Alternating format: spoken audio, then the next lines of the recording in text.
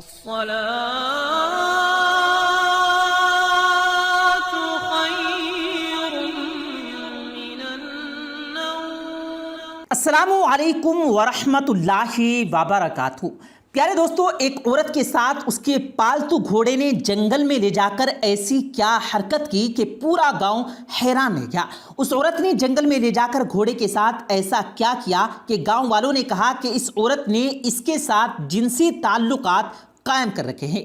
پیارے دوستو، ہم آج آپ کو اسی عورت کے اس پالتو گھوڑے کا واقعہ سنائیں گے۔ بس آپ نے کرنا یہ ہے کہ یہ سب جاننے اور دیکھنے کے لیے آپ نے ویڈیو میں ہمارے ساتھ آخر تک جڑے رہنا ہے، اور ویڈیو میں آگے بڑھنے سے پہلے کنفرم کر لیں کہ آپ نے ہمارا چینل سبسکرائب کر رکھا ہے، اور اگر نہیں کیا تو ابھی سبسکرائب کرتے ہوئے ساتھ موجود بیل آئیکن کو ضرور آن کر لیجیے گا، تاکہ لیٹسٹ اپلوڈ ہونے والی ہماری ویڈیوز کا نوٹیفیکیشن آپ کو بر وقت ملتا رہے۔ تو آئیے دوستو، آج کی اس دلچسپ ویڈیو کا آغاز کرتے ہیں۔ پیارے دوستو، ایک ایسا ملک ہے جہاں جانور پالنا ایک عام مشغلہ ہے۔ یہاں پر پالتو جانوروں کے طور پر زیادہ تر گدھے اور کتے پالے جاتے ہیں، جبکہ زیادہ تر بھارتی گھوڑے پالنے کے شوقین بھی ہیں۔ تاہم اس شوق کو پورا کرنا ہر کسی کے بس کی بات نہیں۔ پیارے دوستو، ایک عورت نے جب گھوڑا پالا تو اس کے ساتھ ایک حیران کن واقعہ پیش آیا، جس نے پورے گاؤں کو حیرت میں مبتلا کر دیا۔ یہ واقعہ جنوب مشرقی ریاست میں پیش آیا، جہاں بھاٹیا چارن نامی ایک نوجوان عورت رہا کرتی تھی، جن کی عمر تقریباً 28 سال بتائی جاتی ہے۔ یہ واقعہ دوستو اس دور کا ہے جب یہاں پر انگریزوں کی حکومت ہوا کرتی تھی، جبکہ انگریزوں نے ریاست کا انتظامی امور یہاں کے راجے کے حوالے کر رکھا تھا۔ ریاست کا راجہ سخت گیر انسان تھا اور اکثر اوقات اپنی ہی رعایا پر ظلم و ستم ڈھایا کرتا تھا۔ ایک بار کا ذکر ہے کہ راجہ نے شکار کا پروگرام بنایا، اور اس مقصد کے لیے اس نے گاؤں بھر سے گھوڑے منگوائے۔ خوب ریسرچ کے بعد راجہ کے آدمیوں نے بھاٹیا چارن نامی عورت کا گھوڑا سلیکٹ کیا اور اسے راجہ کے حضور پیش کر کے کہا، مہاراج، یہ گھوڑا انتہائی اعلیٰ نسل کا گھوڑا ہے، اس کی تربیت بھی بہت اچھے طریقے سے کی گئی ہے۔ اور پیارے دوستو، راجہ نے جب گھوڑے کی تعریف سنی تو سواری کر کے اس گھوڑے کی صلاحیتوں کو جانچنا چاہا۔ سواری کرنے کے بعد ریاست کا راجہ بھی اس گھوڑے کے گن گانے لگا۔ اس نے بھاٹیا چارن نامی عورت سے کہا کہ وہ یہ گھوڑا اسے بیچ دے، جس کے بدلے وہ اسے منہ مانگی رقم ادا کرے گا، مگر وہ عورت نہ مانی۔ اس نے ریاست کے راجہ سے کہا کہ یہ گھوڑا اتنا قیمتی ہے کہ تم ساری ریاست دے کر بھی اسے حاصل نہیں کر سکتے۔ یہ جواب سن کر تمام درباری اور خود راجہ بھی حیران رہ گیا۔ راجہ نے بھاٹیا چارن سے پوچھا کہ بتاؤ، اس گھوڑے میں ایسی کیا خوبی ہے کہ جس کی وجہ سے اس کی قیمت اتنی زیادہ ہے؟ جس پر بھاٹیا چارن نے راجہ سے کہا کہ وہ اپنے پالتو گھوڑے کے راز کسی کو نہیں دے سکتی۔ پیارے دوستو، ایک لمبی گفتگو کے بعد جب راجہ نے دیکھا کہ بھاٹیا چارن گھوڑا بیچنے پر رضامند نہیں ہے، تو اس نے بھاٹیا چارن سے اس کا گھوڑا ادھار مانگ لیا اور کہنے لگا کہ ہم شکار کرنے کے بعد یہ گھوڑا اسی حالت میں تمہیں واپس کر دیں گے، کیونکہ یہ گھوڑا ہمیں بہت پسند آیا ہے، اس لیے ہم چاہتے ہیں کہ اس گھوڑے پر بیٹھ کر ہم شکار کھیلیں۔ پیارے دوستو، بھاٹیا چارن نے راجہ کی بات سنی تو اس نے کہا، ٹھیک ہے، مگر میری ایک شرط ہے، میرے گھوڑے کو شاہی گھوڑے کا خطاب دینا ہوگا، اور اس کی دیکھ بھال پر آنے والا ماہانہ خرچ اگلے 1 سال تک ادا کرنا ہوگا۔ راجہ اس کے وزراء نے جب یہ انوکھی شرط سنی تو حیران رہ گئے۔ مشاورت کے بعد راجہ نے بھاٹیا چارن نامی عورت کی یہ شرط منظور کر لی اور کہا کہ شکار سے واپس آنے پر وہ اس شرط پر عمل درآمد شروع کر دے گا۔ پیارے دوستو، بھاٹیا چارن نے راجہ کو اپنا قیمتی گھوڑا دے دیا۔ راجہ اسے لے کر مقررہ دن شکار کرنے جنگل پہنچا۔ اس نے گھوڑے کو روکنے کی کوشش کی تو گھوڑا نہ رکا اور جنگل کے گھنے حصے کی طرف دوڑتا چلا گیا۔ سپاہی اور محافظ بھی حیران تھے کہ اس سے پہلے تو راجہ نے اتنے گھنے جنگل میں جا کر شکار نہیں کیا، پھر وہ بھی راجہ کے پیچھے پیچھے چلتے گئے۔ گھوڑا کافی دوڑتا رہا اور انہیں جنگل کے ایک ایسے حصے میں لے گیا جس سے کوئی اور واقف نہ تھا۔